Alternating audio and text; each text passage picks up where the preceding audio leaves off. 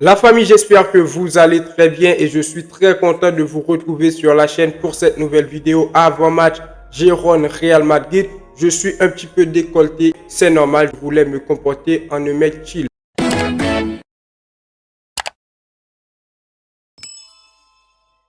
Je suis bien sûr un mec chill. Donc je me dis avec ça, vous allez remarquer que je ne suis pas un robot et que vous avez le droit quand même de liker les vidéos, de donner vos avis dans les commentaires. Donc pour être plus sérieux les amis, vidéo avant match Girona Real Madrid, match de Liga, le Real Madrid qui sera en déplacement demain. Dans un premier temps, on va voir un petit peu l'actualité Real Madrid, des bonnes nouvelles pour cette équipe du Real Madrid.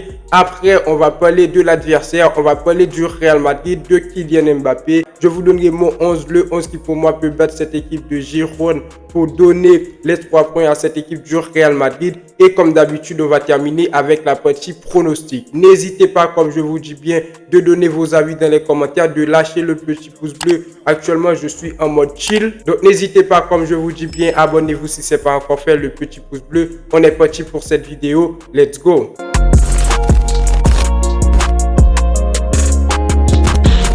On commence donc avec cette petite information. Comme je vous dis bien, c'est deux bonnes nouvelles pour le Real Madrid. Vinicius sera de retour contre l'Atalanta en Champions League, a confirmé Carlo Ancelotti. Et en deuxième place, on retrouve David Alaba s'entraîne avec l'équipe après 355 jours. Donc Vinicius qui sera de retour pour le match face à Atalanta en Ligue des Champions, ça fait plaisir, on va revenir. Mais David Alaba aussi qui s'entraîne et qui est de retour avec le Real Madrid. Sauf que David Alaba, il y aura un mois supplémentaire pour se remettre jusqu'à présent, pour se remettre à 100%. Donc voilà les amis, on reste sur l'actu Vinicius. Pourquoi ça fait plaisir? On l'a remarqué, depuis que Vinicius il est blessé, il y a vraiment du désordre dans cette équipe du Real Madrid. On a vu le match face à l'Athletic Bilbao, c'est pas moi qui va vous le dire, vous le savez tous. Si Vinicius il était présent dans ce match-là, on n'allait pas perdre face à l'Athletic Bilbao. On a vu le match face à Liverpool. Je pense que si Vinicius il était présent dans ce match-là face à Liverpool, on n'allait pas perdre. Vinicius il allait marquer pas mal de buts. On va pas se mentir, Vinicius, minimum, il allait marquer un but. Quand on a vu le secteur défensif de Liverpool, ça n'a pas été vraiment au top. Après, en face, ils ont Kylian Mbappé, c'était normal. Mbappé qui a tout simplement un seul dribble. Mais Vinicius, je pense, sur le côté gauche ou encore en tant que numéro 9, il allait se montrer. Donc, le retour de Vinicius dans cette équipe du Real Madrid, c'est ce que j'attendais. Et surtout, je pense que c'est le bon timing. Il n'attend pas le match Atalanta pour venir après, mais Vinicius, il sera de retour pour le match face à Atalanta. Un match qui sera très très décisif pour cette équipe du Real Madrid parce que l'objectif c'est de rester top 24e actuellement. Avant, on se disait le Real Madrid doit rester top 8, doit terminer top 8 pour se qualifier directement. Mais non, actuellement le Real a une seule chance de terminer top 24e, donc on doit gagner les prochains matchs de Ligue des Champions.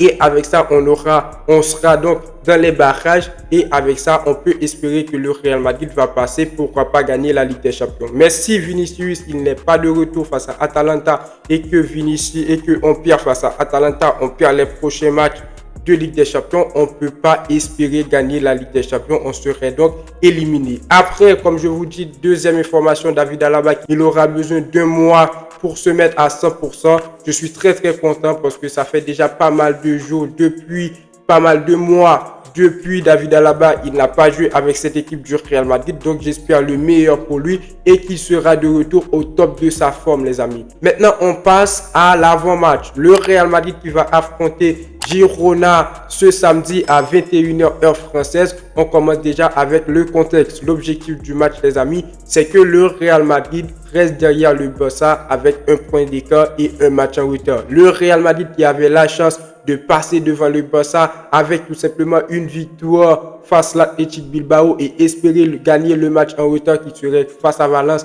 qui va jouer le 1er janvier si je ne me trompe pas, 1er ou 2 janvier je pense, 2 janvier. Donc voilà, le Real Madrid n'a pas réussi à battre l'Athletic Bilbao. Maintenant, ce serait une obligation de ne pas faire de faux pas en Liga. On doit gagner les prochains matchs de Liga et espérer à la merci du FC Barcelone parce qu'actuellement le Barça a le retour de Lamine Yamal. On a vu leur dernier match 5-1. Donc je me dis les amis, que le Real Madrid doit continuer à gagner et comme je le faisais avant, en espérant que le Barça va chuter. Parce qu'on avait une chance de prendre devant le FC Barcelone, prendre la tête du classement, mais on n'en a pas profité. Maintenant, on va vivre à la merci du FC Barcelone et pour cela, on ne doit pas faire de faux pas, les amis. Donc, l'objectif numéro 1, c'est la victoire qui est vraiment une obligation et l'objectif numéro 2, c'est une bonne prestation et je pense que ça aura rapport avec Carlo Ancelotti, quel 11 il doit aligner pour qu'on puisse voir un autre Real Madrid, pour qu'on puisse constater une nouvelle prestation très bonne de cette équipe du Real Madrid. Je pense à un certain moment, Carlo Ancelotti, il va devoir se manier, faire des changements, mettre des personnes sur le banc, même si ce sont des stars sur le papier, mais les sur le banc et donner la chance à la jeunesse à un certain moment parce que nous, on veut une très bonne prestation. Maintenant, l'adversaire, on va affronter Girona. Girona qui est actuellement 8e du classement de Liga. Quand on voit 8e du classement de Liga, on dit dans notre tête que c'est une équipe qui peut bien faire mal à cette équipe du Real Madrid. Mais sur le papier, Girona, oui, il est 8e du classement, mais sur le terrain, Girona, c'est pas la meilleure équipe. Sur ces 6 derniers matchs, c'est 3 défaites, 2 victoires, 1 match nul. Girona qui est actuellement en difficulté, malgré ils ont des joueurs capables comme le jeune là qui était au Real Madrid, la pépite là qui peut quand même faire du mal à cette équipe du Real Madrid. Après, ils ont pas mal de joueurs très compétents qui peuvent faire la différence face à cette équipe du Real Madrid. Mais au niveau de statistiques et sur le terrain, on peut constater que Girona, c'est pas une équipe qui peut faire mal à cette équipe du Real Madrid. Ils ont encaissé pas mal de buts dans cette Liga. En Ligue des Champions, ils ont perdu. Donc voilà les amis, je pense que le Real Madrid a une équipe capable de stopper, capable de taper cette équipe de Girona. C'est pas pour vous dire que Girona c'est une petite équipe, c'est pas pour sous-estimer Girona. On sait tous que le Real Madrid serait en déplacement, il peut y avoir des retournements de situation, il peut y avoir des grandes surprises. Mais je vous dis bien sûr que le Real Madrid peut battre cette équipe de Girona les amis, malgré la dernière prestation qu'on a sortie face à l'Athletic Bilbao qui a été vraiment une catastrophe. Maintenant, le Real Madrid, comme je vous dis bien, on a un objectif. L'objectif, c'est de gagner la Liga. Déjà, c'est de prendre la tête du classement et après gagner la Liga. On ne doit pas faire de faux pas. On n'a pas le droit à l'erreur. Dans le dernier match face à l'Athletic Bilbao, les amis, le Real Madrid n'a pas été bon. On va pas se mentir, une prestation décevante. Au niveau du secteur défensif, il y avait pour moi un seul joueur qui était au niveau. Au niveau du milieu de terrain, catastrophique. On avait seulement Bellingham qui a marqué un but et au niveau du secteur offensif, une catastrophe en plus. Donc, je pense que Carlo Ancelotti, à un certain moment, il va se bouger, les amis. Maintenant, on va parler un petit peu de Kylian Mbappé. Si on parle de changement, on doit parler de Kylian Mbappé. Est-ce que Kylian Mbappé, il doit être titulaire dans ce 11-là pour ce match? Je pense que non. À un certain moment, on doit laisser Kylian Mbappé sur le banc pour qu'il puisse regarder, pour qu'il puisse observer le Real Madrid de loin, pour qu'il puisse se dire j'ai besoin de me progresser. Si je veux être titulaire de cette équipe du Real Madrid, je dois faire des efforts. Donc, je pense que Carlo Ancelotti, il doit se baser pour ce match-là sur un Endrick en tant que numéro 9. Je vais vous donner mon 11, les amis. Je vais vous donner mon 11, mais je pense bien sûr que Endrick, il doit être titulaire dans ce match-là. Donnez-lui du temps de jeu. On a Rodrigo aussi qui sera titulaire, qui a joué le dernier match du Real Madrid. Il n'a pas été trop bon. Brahim Diaz, je veux que Brahim Diaz soit titulaire pour ce match-là. Dans le dernier match du Real Madrid, Carlo Ancelotti a mis Tchouaméni au niveau du milieu de terrain. Pour moi, Tchouaméni, c'est sur le banc. Brahim Diaz, il doit être titulaire. Pour ce match-là, les amis. Donc voilà, avec ça, je pense qu'on aura un Real Madrid capable de faire le jeu. Un Real Madrid très bon au niveau du milieu de terrain. Un Real Madrid qui pourra faire les sorties de balles tranquilles. J'attends un très bon Valverde. Maintenant pour mon 11, je vais vous donner mon 11. N'hésitez pas à donner vos avis dans les commentaires. Je mets Thibaut Courtois au but. Dans la charnière centrale, je mets Rudiger, Raúl Asensio. En latéral, je mets Lucas Vázquez. Mais sur le côté gauche, je mets Fernand Mendy à la place de Franck Garcia. Parce que je ne suis pas trop satisfait de la dernière prestation de Franck Garcia. Et j'ai vu dans les médias que Franck Garcia, il pourrait être vendu cet été par le Real Madrid.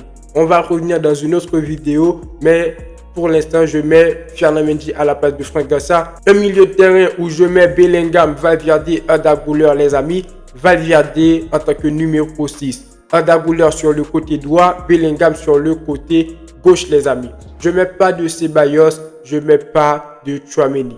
Je ne mets pas de Ceballos, c'est pas parce que Ceballos il n'est pas bon, mais je veux donner un petit peu de temps de jeu à Arda Güler parce que c'est un jeune qui a l'habitude de se montrer en Liga. Et je pense pour ce match-là, le milieu de terrain sera équilibré avec Bellingham, Valverde, Arda Güler qui pourrait bien apporter de la créativité dans ce milieu de terrain du Real Madrid. Et dans le secteur offensif, je mets Rodrigo, Brahim Diaz, Endrick. Endrick en tant que numéro 9. Carlo Ancelotti, s'il vous plaît, donnez du temps de jeu à Endrick. Mbappé ne doit pas sortir titulaire dans ce match-là. Mbappé ne doit pas débuter le match, les amis. Donc pour moi, au niveau du secteur offensif, on doit avoir Rodrigo sur le côté gauche de Vinicius, Endrick en tant que numéro 9 et Brahim Diaz sur le côté droit. Brahim Diaz qui est très compétent cette saison, mais qui n'a pas été qui n'était pas titulaire dans le dernier match du Real Madrid, je ne sais pas pourquoi. Maintenant, pour la partie pronostic, je vois ce match terminer sur un score 3-1 pour le Real Madrid. Victoire du Real Madrid, c'est une obligation. On doit aller chercher cette victoire en espérant que le Barça va chuter dans ses prochains matchs et que nous, on va prendre la tête du classement. La Liga devient encore une fois très compliquée. On avait la chance de prendre la tête du classement. On ne l'a pas saisi. Mais maintenant, voilà, on va affronter Girona. Comme je vous dis bien, ce n'est pas une équipe, à mon avis, qui peut faire très mal à cette équipe du Real Madrid. Si le Real décide de jouer au football, donc je pense qu'on pourrait battre Girona 3-1, les amis. Donc voilà pour la vidéo. N'hésitez pas à donner vos avis dans les commentaires. C'est très important. N'oubliez pas le petit pouce bleu aussi pour le référencement. Comme je vous dis bien, je suis le mec chill aujourd'hui. Je suis le mec chill, les amis. On va chercher cette victoire chez Girona. Et moi, je vous dis à très bientôt pour une toute nouvelle vidéo. Ciao. Ciao.